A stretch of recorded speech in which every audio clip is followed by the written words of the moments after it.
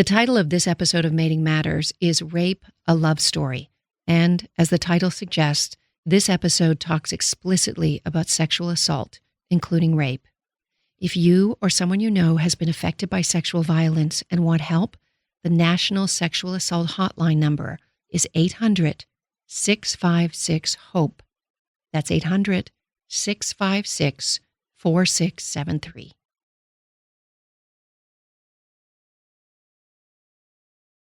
With the Me Too movements moving around the globe, bringing light to sexual harassment, sexual coercion, and sexual assault, it made me ask these questions. Is rape natural? And if so, why did it evolve? And what does it feel like emotionally for a victim, or even for an offender? This is Mating Matters.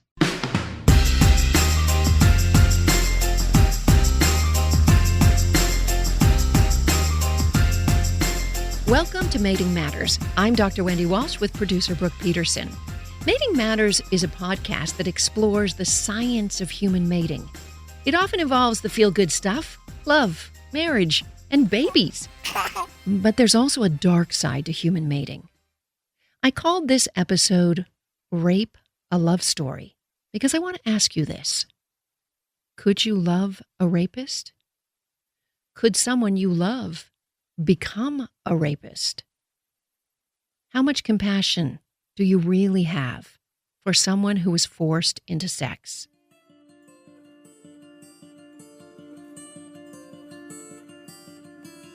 So, something interesting happened to me recently. And let me start by saying I was not prepared for this at all. I think of myself as a social scientist who is fascinated with human mating. I tend not to make moral judgments as long as it involves adults only. I mean, I know who I am and what I like for myself, but for the rest of you, it's just all super interesting human behavior to me. I mostly seek to understand what causes the behavior, not whether it's right or wrong. But then this thing happened. I had an emotional hijacking. I woke up early one morning and I reached for my phone and I immediately began to scroll through my emails in bed. I think we all do that sometimes. I stopped at one because it was a message sent through my website, meaning from a listener or someone who didn't actually have my real email address. The email was brief. It was from a man. I'll call him D. It read, I have a story about sexual assault I'd like to share, but I'd like to do so anonymously. How would I go about this? Believe it or not, this is kind of a common email for me to receive. Because of my national platform as an early voice in the Me Too movement, hundreds of people have shared their stories of sexual harassment or sexual assault with me. And some of them have been men. Many of them are silenced by shame or the threat to their masculinity that might occur if they came out as a victim. I didn't answer that email right away. I don't know why. Was I weary of hearing too many painful stories? But later that evening, something drew me back to that email. I thought to myself, this poor dude should at least know that he was hurt. Maybe he's ready to be brave and face his perpetrator. So I wrote him back an equally short email. It read, assuming you are the victim, let me begin by saying how sorry I am that this has happened to you. Are you inquiring as a potential guest for my podcast? Or are you looking for a referral for legal representation? Then I promptly forgot about that email. For the next couple days, I returned to getting lost in all the other high-tech distractions that beep through my phone. I continued to prepare my courses for my students, do research for my podcast and radio show. And the inquiry from D was pretty much deleted from my mind. But on the third day, D replied. Another short email. But this one caused my heart to jump into my throat. He wrote, actually, no. That's why I wanted to talk to you. I'm the perpetrator. I'm not some criminal, but I've been living with a mistake for a long time. This was the moment I experienced my emotional hijacking. I'm a woman. Like most women, I've suffered my own experiences with sexual assault and violence from men. I'll admit it, I was kind of repulsed at the idea of giving a sexual coercer a platform. But I'm also an exceptionally curious person and one who always seeks to understand. I sat in cognitive dissonance because while I was disgusted, I was also drawn towards this person who called himself a perpetrator. I wanted to know him, how this whole thing happened, why he needed to tell his story now. I mean, I know the science of sexual assault. Rape has evolutionary roots. Entomologist and evolutionary biologist Dr. Randy Thornhill, along with anthropologist Dr. Craig T. Palmer, wrote a book that caused a big stir back in 2000.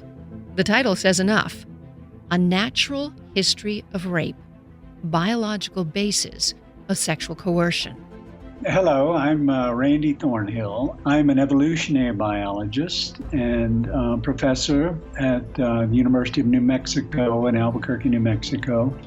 Most of my work has focused on processes of sexual selection, so competition for mates and mate choice, and that's where the sexual coercion interest enters, because sexual coercion is a mode of sexual selection. According to Thornhill, rape evolved as a component of sexual selection to increase a male's mating success. Sexual coercion is fundamentally a part of the whole story of sexual selection, and it's widespread among animals. Sexual coercion, it comes in basically three forms.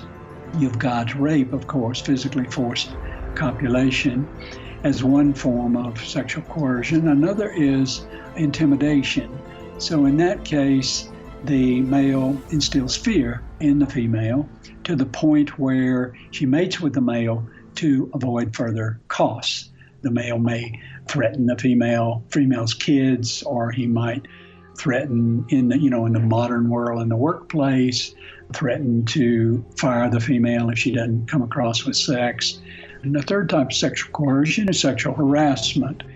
And sexual harassment involves inflicting costs on the female continually to the point where she mates with the male to avoid further costs. So you can break those. Now, obviously, rape is costly to males, too. You can go to jail or be killed for it by a victim's father or brother who are busy protecting the family's eggs. That's why, says Thornhill, in-group rape can cause one to be completely ostracized, which, in our hunter-gatherer times, meant certain death. Though out-group rape is often condoned. Listen to the Mating Matters episode called The God Who Clubs for more on rape as a weapon of war. According to Dr. Thornhill, when looking for an evolutionary cause for rape, you can discount as causes things like genetic mutation, for example, that rare white tiger, or genetic drift, a random change in genes, because frankly, in humans, rape is just too common. But the real evolutionary culprit is twofold. The first is indirect selection, meaning that a trait like rape comes along for the ride with other important traits that Mother Nature selected for evolution. So by indirect selection, I mean that rape is a byproduct, an incidental effect of traits that have other functions. The other traits are directly selected, and rape is indirectly selected. It's a byproduct. That's one. And what is it a byproduct of? Yes. So men pursue casual sex and high partner number, lots of females, men. And so that's one piece of psychological machinery that gives rise to sexual coercion. So men are pursuing high mate number without commitment and so forth. And another piece of machinery related to that men have is how they perceive a female's sexual interest. And research shows that men, unlike women, see sexual interest in females when it's not there. So if you take both of these traits, that is, a desire for multiple partners and an overestimation of female sexual interest have a reproductive advantage. They make men hungry enough and brave enough to approach a woman who might reject them. In order to do that, they need to have high sexual urges and a belief that she wants to mate. But there's another big indirect selection for rape: the simple fact that women have to be choosy about who they mate with. If females didn't choose mates, then there wouldn't be any rape. That wouldn't be a real problem at all. They would, it's female choice underlies the preference that females have for some males and not others. And when males are not preferred, females don't want to have sex, then you can get sexual coercion. Thornhill is quick to point out that in no way are women at fault for rape. We are doing exactly what evolution programmed us to do. This is scientific analysis we're doing. I'm not blaming females. Blame is a moral judgment, and we're doing science here. We have only so many eggs to reproduce with and a very narrow window to do so in. It's our job to choose the best genes for the best odds of our offspring's survival. It is the fact that females are choosy. They're designed to choose mates. They're designed to choose sires for their offspring, and this contributes to rape. If indirect selection is the first evolutionary cause of rape, that is, it comes along for the ride with other attractive male traits, the second is direct selection. Men have inherited a sexual psychology to rape. Now, stay with me. Choosy females mean reproductive success for women. But rape, it takes away female choice altogether and can increase males' mate number. But those risks associated with rape, the jailing or killing, they happen after a seed is planted and the rapist's genes are passed on. Thus, rape is naturally adaptive, meaning the availability of rape makes men more able to survive and multiply. Remember, adaptive doesn't mean justifiable.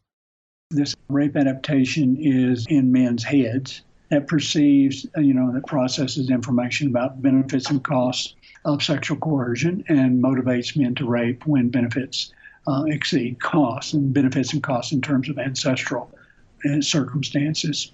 The benefit, of course, is the ability to impregnate, and the cost is how likely they are to get caught.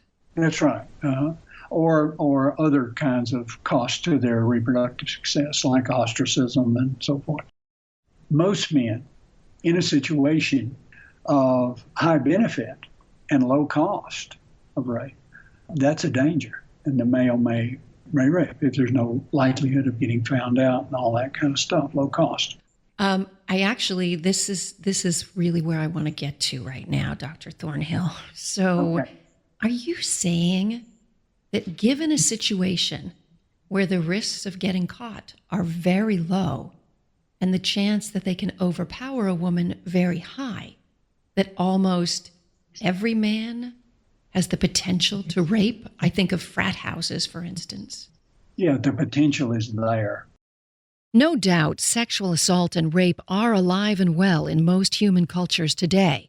Although in Western cultures, rates have been going down as sexual taboos have loosened, birth control has arrived, and pornography is available. All things that make sex more accessible to all men, both high status and low status. Here's some data from the U.S. Department of Justice.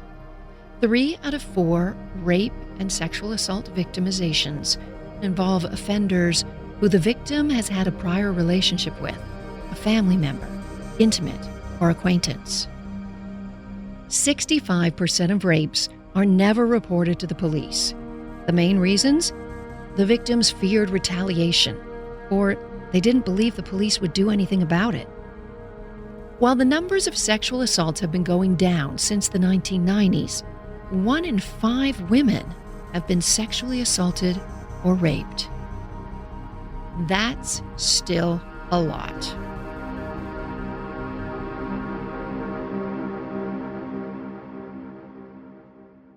Research has repeatedly shown that men overestimate a woman's interest in sex and underestimate the emotional damage of rape. The average man thinks, if I want that much sex, she must want it too. But the truth is that women are actually wired to protect their hidden eggs from less than exemplary suitors, and unwanted sex carries a devastating emotional toll.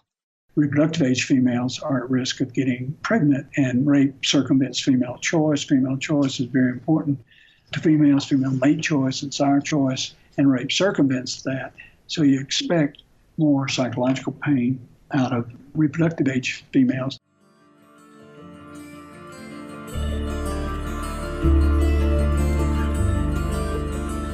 So, back to my email exchange with Dee.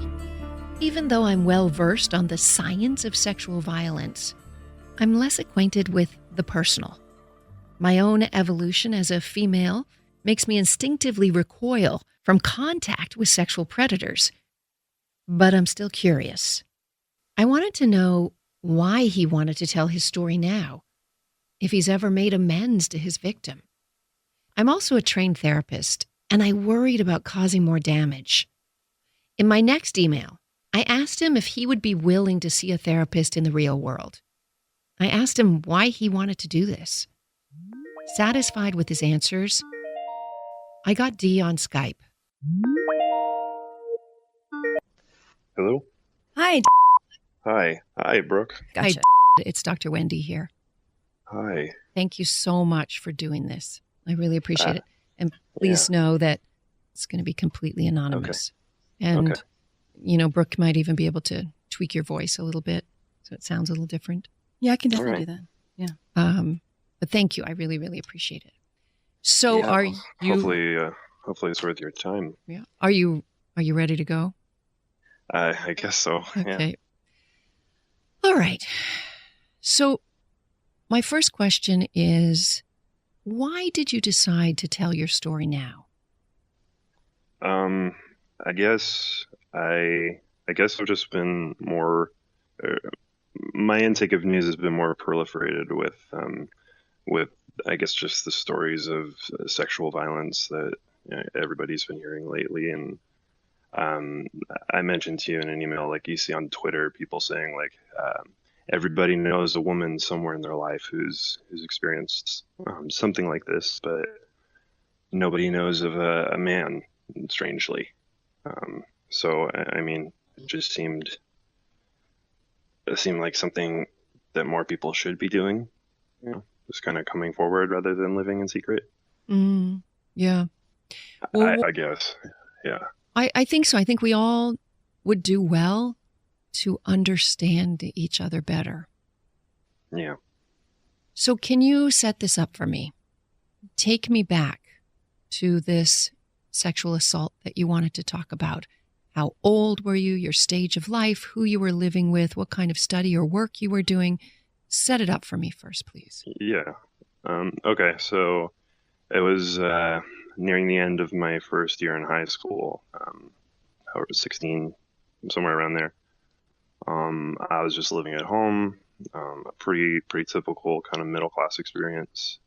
My parents were separated but not divorced. Pretty religious. I grew up going to church every week. And I had been, it was in music class. I had met this girl, and she just sat right behind I played trumpet, she played percussion, so she sat right behind me. So we goofed off, and I was a bit of a class clown, so we talked a lot, and she seemed to like me, and I liked her, and we started spending some time outside of music class, just, in a group of peripheral friends as well, and after school until they'd leave or something. And with her, like, I kind of had, I guess, my first very casual sexual experiences. And right near the end of the semester, or I guess the end of the school year, is when it happened. Should I continue? Yeah, set up the day. What was going on that particular day? That day, it was kind of that time in the year where not everybody would show up for class all the time. Like you didn't really need to be there every single day. Things were winding down. And especially in music class, you just sort of had to do your performance thing, your performance test, and then you were gone. So it was really more sitting around with very few people in the very large music room that we had in our school. It was more like 2 or 3 rooms connected. Um, there was maybe 3 or 4 of us left in the room, and the teacher had left nearing the end of the day. And yeah, so we were. And so what happened? Who else was in the room? There, in the one side of the room where we were before it happened, she and I kind of left the room, but I feel like there was one person for sure, and maybe another one. I can't. It's a little difficult to remember every little detail because I haven't actively been trying to remember this story. But I know there was one other student who also played percussion, who was a friend of mine. He was talking with she and I before she and I kind of bolted out of the room in this little game we were playing. Talk about what happened. So she was sitting kind of behind the drum kit where she normally sat, and she was holding one of those like padded drumstick things, a little pom-pom on the end. And she she sort of tried to playfully hit me in the groin, and then I playfully reached out to grab at her breast, which is sort of a thing that we had done in private a few times, and I don't know exactly what the progression was there, but she swung at me, I grabbed at her, giggling, laughing. She ran into the other room that was adjacent to the main room that whoever else was there was in. So the two of us ran into the other room and continued that sort of game. She was kind of laughing as she lunged out to hit me in the crotch, I guess, and laughing as I was laughing as I reached out and grabbed at her chest. Ran around the room, darting at each other. She would run from me, I would run from her, and inside of like 30 seconds or a minute, she tried to come at me and sort of tripped over her own feet and sort of landed on her knees right in front of me. So from like behind her, I reached down and I grabbed both of her breasts and sort of like as if I'd won the game, like held her down, like laughing and half out of breath. And I don't know how long it was, but after a few seconds maybe, I realized that she wasn't laughing, that she was crying. So I let go. She stood up really fast and darted back out of the room. And I really didn't know what was happening. I followed her. I don't know what I said, something along the lines of what happened, what's going on. And there was sort of a little sort of coat room between the two rooms where we had come from and where you could leave. And in there, she just turned around and slapped me in the face and picked up her stuff and left. And I went back into the first room that we were in where this guy was still sitting, and he was like, "What happened?" And I said, "I don't know." And he said something along the lines of "girls, man." And then I went home. And what happened to your relationship with her after that? I've never had a real full conversation with her. I guess there's a little more. When I got home, I waited patiently for my turn to go on the one computer we had to go online, and I went on MSN Messenger. And I don't know if she was online or if I waited until she came online, but I tried to talk to her.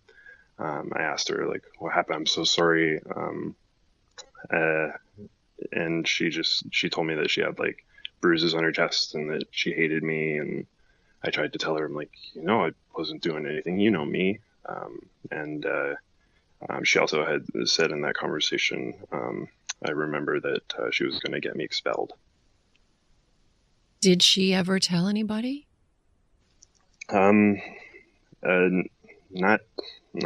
Doesn't seem like it, or not in an effort to get me penalized. How many years ago was this? Well, I'm 29 now, so 13. About 13 years.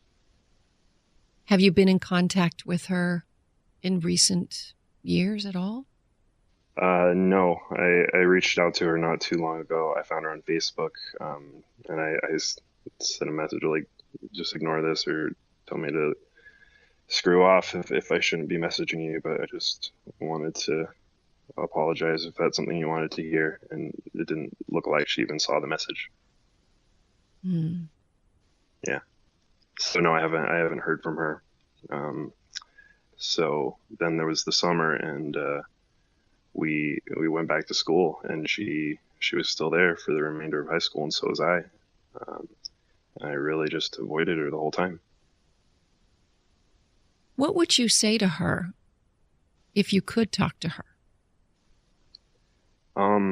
I don't know. You might be getting that I sort of stumble over my words, but I feel like I just gush and try to convince her that I had no idea. I had no idea that something that seemed fun and frivolous could so quickly turn into something perverse and ugly like that. And I didn't know that that without meaning to, you could just kind of wickedly hurt somebody.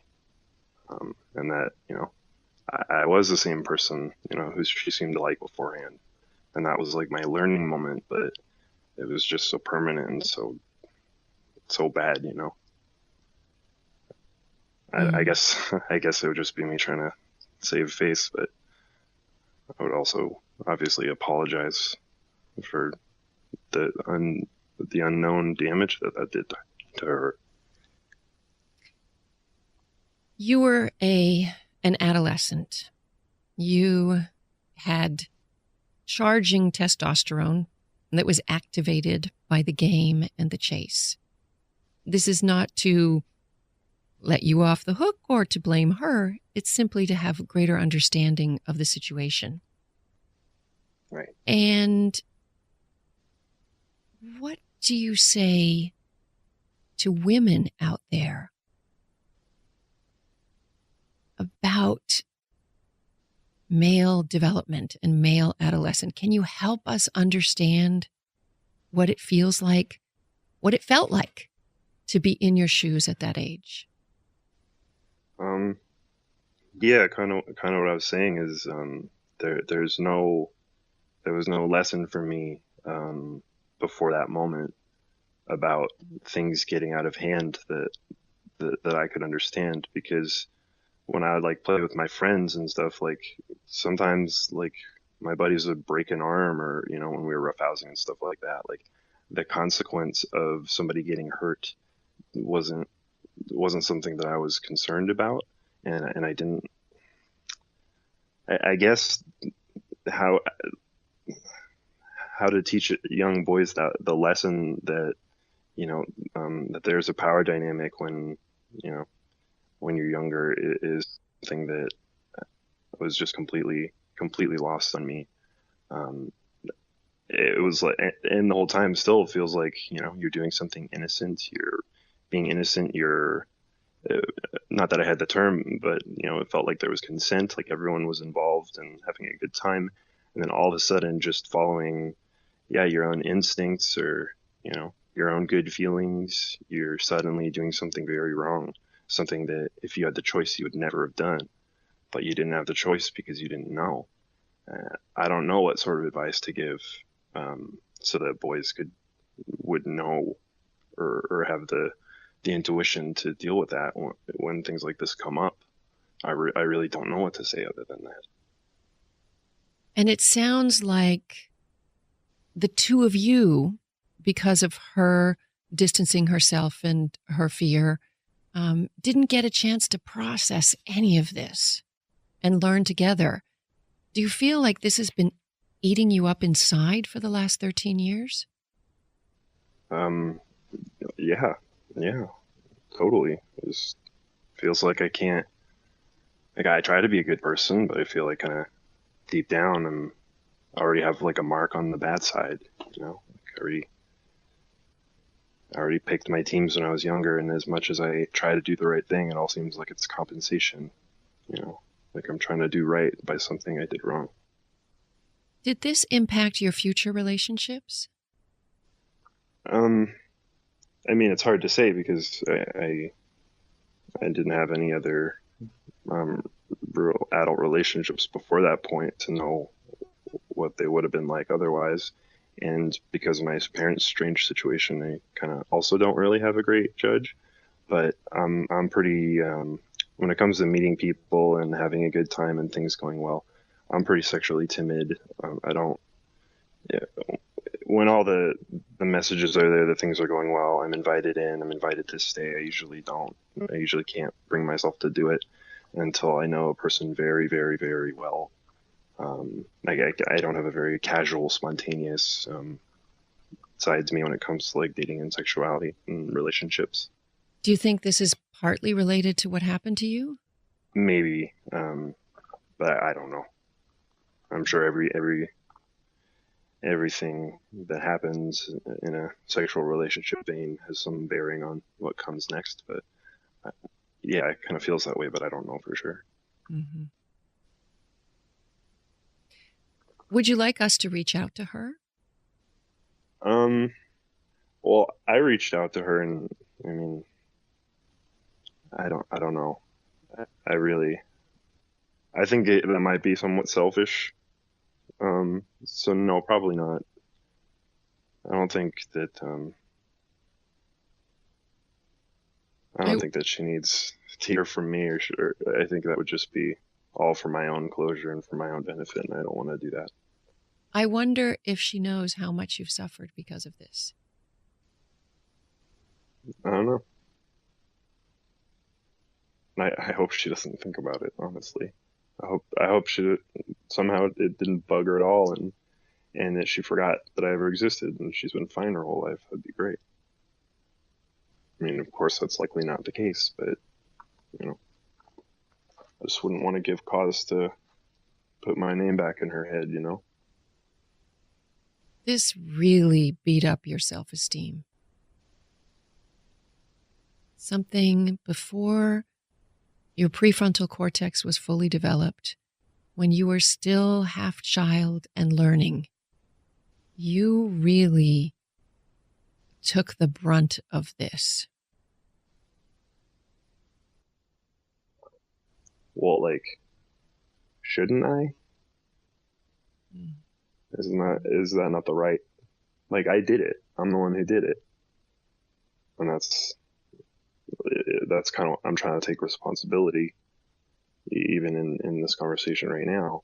But I feel like it was an adolescent reflex, and I feel like in some way she denied you the opportunity to process it and fully work things through. So it's hanging around you all these years. And the fact that, you're feeling such compassion for her still tells me what a compassionate person you are. And yet I hear you talking about yourself as if you're a bad person. You use the word wicked. Yeah. And you are probably one of the most conscious and aware and empathetic men I have ever spoken to in my life. Do you know that you're that? That's what I would like to be. I appreciate you saying that, but that's not, I don't know, that's not what I'm like looking for. Mm-hmm. I How do you feel now that you've told this story somewhat publicly? Well, I mean, you're a consummate professional, and your reactions really are really validating. So I feel maybe somewhat relieved, for sure. And yeah, I just also kind of don't feel like I have anything helpful to say about the topic. I think it's very helpful.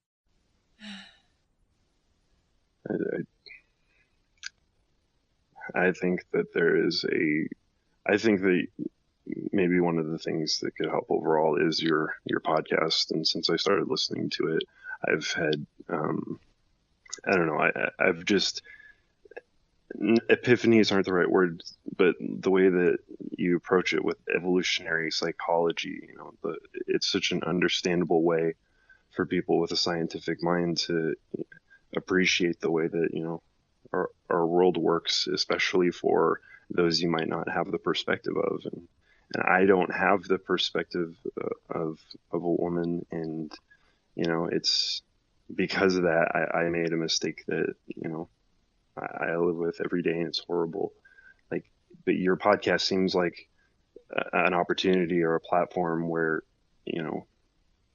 men could potentially learn. And I feel like that's the only way that the culture could change, is really for men to sit down in class and have to hear some pretty hard to hear stories. We're actually also interviewing an evolutionary psychologist who wrote a book on the evolution of rape. And he says that the evolutionary wiring in all men is just one slippery slope away from rape, because they're so primed to reproduce that's why we're here. Mating matters. And it's a terrifying, absolutely terrifying thought. Mm-hmm. However, we're always evolving, and we're adapting to our environment. And this conversation we're having right now, the men who are listening to you and your story, the men who are hearing the story of the female victim, they're going to shift. They're going to move a little bit forward, because this is how adaptations happen. Behavioral plasticity is possible. And there are men who will hear your story and say, whoa, I remember something like that happened to me. I remember that. You're not alone in your story. And I want to speak and tell you that you are completely forgiven. You are completely forgiven for being young, for being excited, for being clumsy, for being happy. Thank you. Thank you for saying that. But thank you for doing this. We really, really appreciate it. Yeah, thanks for talking to me. And I really appreciate the podcast that you make. It's amazing. Oh, I'm so happy to hear that. But thank you so much for telling your story. And please know that Brooke will handle it with great sensitivity. Absolutely. And a big hug to you. Thank you, both of you, so much. All right. Take care. Bye. All right. Now. Bye-bye. Bye.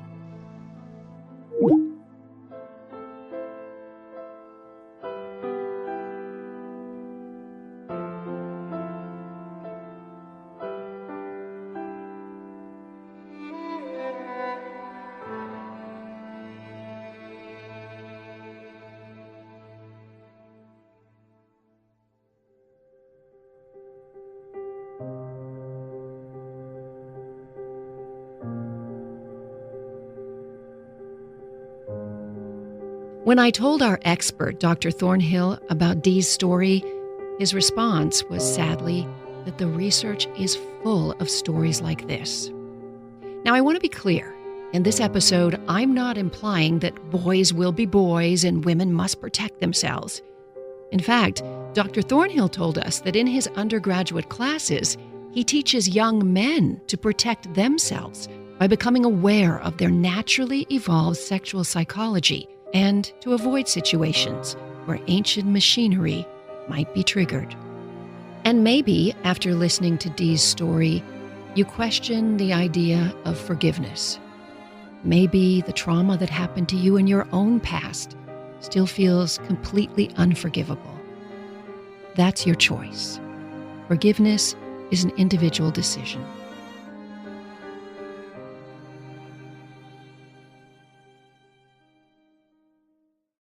I was quite sure this episode would end with Dee's admission, my curiosity somehow satiated, and a light illuminating the inner world of a young male driven by testosterone-infused sexual aggression. But that wasn't the end of this story. A few days after I received Dee's first email, I met a young woman at one of my talks. She was a special education teacher in her 20s. Like so many women in the Me Too era, she wanted to tell me her story of sexual assault. In fact, she told me she was about to go to civil court against her rapist, and she was terrified. The first thing I did was to caution her about signing a non-disclosure agreement. Too many people have written to me about the lifetime of emotional pain they're experiencing because they've been legally silenced forever by their aggressor. They call it a gag order. And that's what it feels like, especially for women. Like they're still being gagged by their perpetrator. There's so much healing in storytelling. People must be able to talk through their trauma. But I also warned her that by not signing an NDA, she would likely reduce the amount of monetary damages she might be awarded. She was okay with that. Back when Brooke and I originally arranged that interview with Dee, the self-proclaimed perpetrator of some then unknown sexual assault, the next day I received a series of text messages from that young woman, a victim of the most heinous form of sexual assault. Different cases in different states, but emotionally and scientifically, Dee's story and hers were intrinsically linked in my head. I mean, you can't tell the story of a sexual assault perpetrator without thinking of the victim, their partners, willing or not, in a terrible dance. The young woman was sending me texts from a conference room filled with lawyers, men who were speaking for her. She was looking for some support and encouragement. She told me that she and her lawyers were fighting for her to keep her voice, her story, her experience.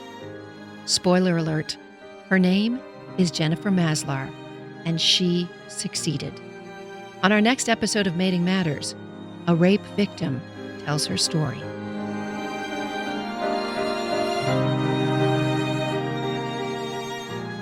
So I had no idea what happened when I woke up. I'm not a big drinker, but I know 2 drinks isn't gonna knock you unconscious. So he dropped me off. I go inside my apartment, and all of the memories just hit me like a brick wall.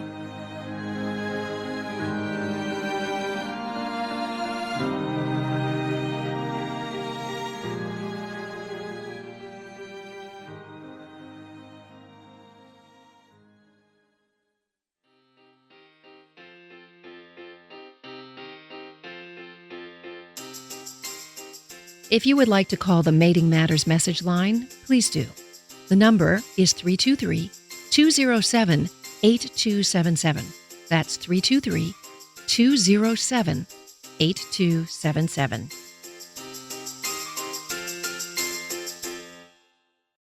Hi, folks. This is Brooke, the producer and editor of Mating Matters. I just want to let you know that I did, in fact, alter Dee's voice as requested. His interview was gently edited for time and relevance mainly, but I took out a bit to be used in part 2 and other little odds and ends. But I was very, very careful not to change the meaning or context of what he said. And while I'm here, I'd like to thank Ryan Bell for voicing Dee's emails earlier in the episode. Mating Matters is produced in partnership with iHeartMedia. It is researched, interviewed, and written by me, Dr. Wendy Walsh, and it is edited and produced by Brooke Peterson. You know, people don't learn about podcasts usually by just searching around. They learn about a podcast because somebody who loved that podcast told them about it. So I encourage you to please subscribe, write a review, and more than anything, hit that share button now. Think of somebody who would like to hear this information as much as you enjoyed it. Follow us on Twitter, Facebook, YouTube, and Instagram at Dr. Wendy Walsh. Listen to Mating Matters on the iHeartRadio app or wherever you listen to your podcasts. Thanks for listening. I'm Dr. Wendy Walsh.